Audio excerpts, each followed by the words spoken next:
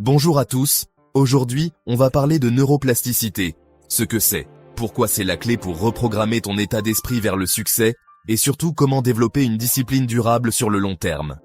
Pendant longtemps, on a cru que le cerveau adulte était presque figé. En réalité, il change en fonction de ce que tu répètes, de ce que tu renforces, et de l'environnement dans lequel tu évolues. Autrement dit, si tu répètes les mêmes pensées, les mêmes réactions et les mêmes automatismes, ton cerveau les consolide. Mais si tu changes la répétition, tu changes progressivement le circuit. Dans cette vidéo, je vais te montrer comment transformer cette idée en méthode concrète, avec des astuces simples et des exemples pratiques pour t'aider à te projeter. La neuroplasticité, c'est la capacité du cerveau à modifier ses connexions en réponse à l'expérience, à l'apprentissage et à l'entraînement. Ce changement peut être fonctionnel, quand certaines connexions deviennent plus efficaces, ou structurel, quand des circuits se renforcent, ou se réorganisent plus durablement. Ce point est essentiel, parce qu'il veut dire une chose simple, tu n'es pas condamné à rester la même personne qu'avant. Ton état d'esprit n'est pas seulement une attitude, c'est aussi le résultat de circuits que tu entraînes, parfois sans t'en rendre compte. Par exemple, si tu passes ton temps à éviter l'effort, ton cerveau apprend que l'inconfort doit être fui. À l'inverse, si tu t'entraînes à faire de petites actions même quand tu n'en as pas envie, tu renforces un autre message interne. Je peux agir même sans motivation. C'est là que la discipline devient durable. Pas parce que tu forces comme un fou, mais parce que tu construis des automatismes utiles. Il y a une règle très simple à retenir. Ce qui se répète se renforce. C'est pour ça qu'une pensée répétée, comme je n'y arriverai jamais, ce n'est pas pour moi, ou encore je manque de volonté, finit par paraître vraie, même si elle ne repose sur rien de solide. À l'inverse, si tu répètes un autre type de discours intérieur, tu commences à créer une nouvelle habitude mentale. Par exemple, je n'ai pas besoin d'être parfait, j'ai juste besoin d'être régulier. Cette idée peut paraître simple, mais elle est puissante, parce qu'elle t'aide à orienter ton comportement vers l'action, plutôt que vers l'auto-sabotage. Si tu attends d'être motivé pour travailler, eh bien, le résultat, c'est que tu vas commencer avec retard, tu vas culpabiliser, et pour finir, tu seras épuisé. Le jour où tu vas décider de bosser seulement 10 minutes au début, tu casses le blocage. Ce petit démarrage change toute ta routine. Ce genre de bascule est cohérent avec les recherches sur les habitudes et les intentions d'action. Quand tu simplifies le démarrage, tu augmentes énormément les chances de passer à l'acte. Si tu veux vraiment reprogrammer ton état d'esprit, la première règle, c'est de commencer petit. Beaucoup de personnes échouent parce qu'elles attaquent avec un objectif trop ambitieux. Elles se disent « Je vais faire 1 heure de sport, ou 2 heures de lecture, ou alors consommer 0 sucre, me réveiller à 5 heures du matin. » Elles le font pendant 3 jours, puis plus rien. Le cerveau résiste moins quand la tâche paraît facile à démarrer. C'est pour ça que les micro-habitudes sont si efficaces. Elles réduisent la friction psychologique. Au lieu de viser faire 1 heure de sport, vise plutôt mettre mes chaussures de sport et marcher 5 minutes. Au lieu de viser écrire un livre, vise écrire 3 phrases par jour. La logique scientifique est simple. Plus tu répètes un comportement, plus il devient automatique. Et plus il est automatique, moins il dépend de ta motivation du moment. C'est exactement ce que tu cherches si tu veux une discipline durable. Si tu veux lire un livre, tu dois commencer par lire 2 pages par soir. Ça ne te paraît pas sérieux, mais au bout de quelques semaines, tu liras tous les soirs sans te poser de questions. Le plus fou, c'est que ça va déborder sur d'autres domaines, l'alimentation, l'organisation ou le sommeil. Ce type de progression est cohérent avec les modèles de formation d'habitude. De petites répétitions stables peuvent déclencher une transformation beaucoup plus large. L'une des méthodes les plus solides pour transformer une intention en action s'appelle l'implémentation d'intention, ou le plan CX. Alors Z. L'idée est simple, tu définis à l'avance le déclencheur et l'action. Par exemple, si je finis mon café, alors j'ouvre mon document et j'écris pendant 10 minutes.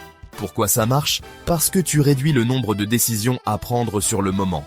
Et moins tu dois réfléchir au moment critique, plus ton cerveau peut passer en mode automatique. Les études montrent que ces plans augmentent l'initiation de l'action, y compris quand la charge mentale est élevée. Autrement dit, ce n'est pas juste une technique de motivation, c'est une technique de passage à l'acte. Si tu veux reprogrammer ton état d'esprit vers le succès, tu dois arrêter de compter uniquement sur l'envie. Tu dois créer des déclencheurs clairs, visibles, répétables. C'est ça qui transforme une bonne intention en comportement réel. Le cerveau apprend très bien ce qui est associé à une récompense. C'est pour ça qu'il est important de ne pas attendre d'avoir réussi parfaitement pour te féliciter. Tu dois renforcer le bon comportement au moment où il apparaît. Par exemple, si tu as respecté ta routine de travail pendant 15 minutes, prends 10 secondes pour reconnaître l'effort. Tu peux te dire « j'ai tenu ma promesse ». Cette formulation est importante parce qu'elle relie l'action à l'identité. À force, ton cerveau commence à associer l'action à quelque chose de positif, ce qui augmente la probabilité que tu la répètes. Et plus tu répètes, plus tu simplifies la suite. C'est le cœur de la plasticité comportementale. Au lieu de te dire « je dois être régulier », tu dois commencer à cocher chaque jour où tu fais ton travail avec concentration. Voir la chaîne de jours va te motiver bien plus que n'importe quel discours. Ce principe rejoint ce qu'on sait sur le renforcement comportemental. Le feedback rapide aide le cerveau à stabiliser le comportement. Si tu pratiques toujours dans les mêmes conditions, tu apprends une habitude très dépendante du contexte. Mais si tu veux une discipline solide, il faut apprendre à ton cerveau que le comportement peut tenir dans plusieurs situations. Par exemple, si tu veux devenir plus concentré, travaille parfois chez toi, parfois dans un café, parfois à une autre heure.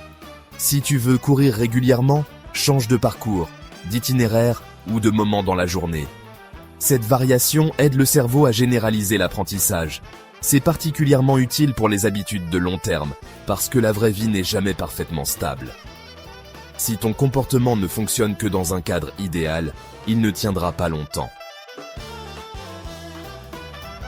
Le sommeil, par ailleurs, n'est pas une pause passive.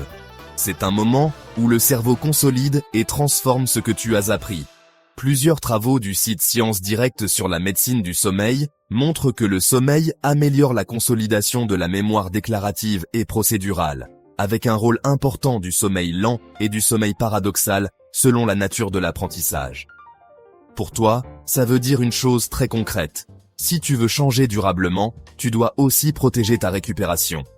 Un cerveau fatigué résiste plus facilement à l'effort, réagit plus impulsivement et apprend moins bien. Un cerveau reposé retient mieux, régule mieux et automatise mieux. Donc, si tu travailles sur ta discipline, ne néglige pas les bases, heures de coucher régulières, routine de déconnexion et durée de sommeil suffisante. Ce n'est pas du luxe, c'est une stratégie de consolidation.